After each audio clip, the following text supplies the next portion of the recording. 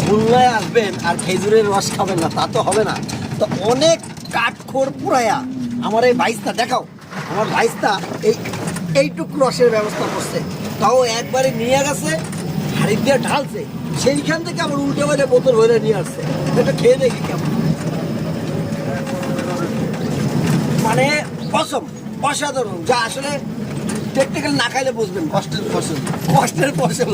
অনেক ঘোরাঘুরি করে এইটুকু রস পাইছি। জ্বালানো রস, হ্যাঁ জ্বালানোর রস।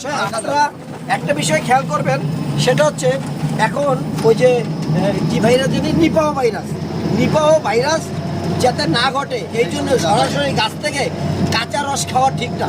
প্রিয় দেশবাসী, আপনারা রস খাবেন, রস খাওয়ার উপভোগ করবেন, কিন্তু গরম দিয়া জাল দিয়া খাবেন, এবং যদি পারেন গাছ থেকে ছেঁকে নেওয়ার ব্যবস্থা, যাতে বাদুড়ে মুখ না দিতে পারে, পশু পাখিতে মুখ না দিতে পারে, তাহলে খেতে পারেন। হ্যাঁ, কিন্তু এটা গাছ যদি আপনি নিজে দাঁড়ায় থাকেন যে হ্যাঁ এটা ঢাকা ছিল, তাহলে যাক, ভালো থাকবেন সবাই, সুস্থ থাকবেন। খেজুরের রসের শুভেচ্ছা রইল। আসসালামু আলাইকুম।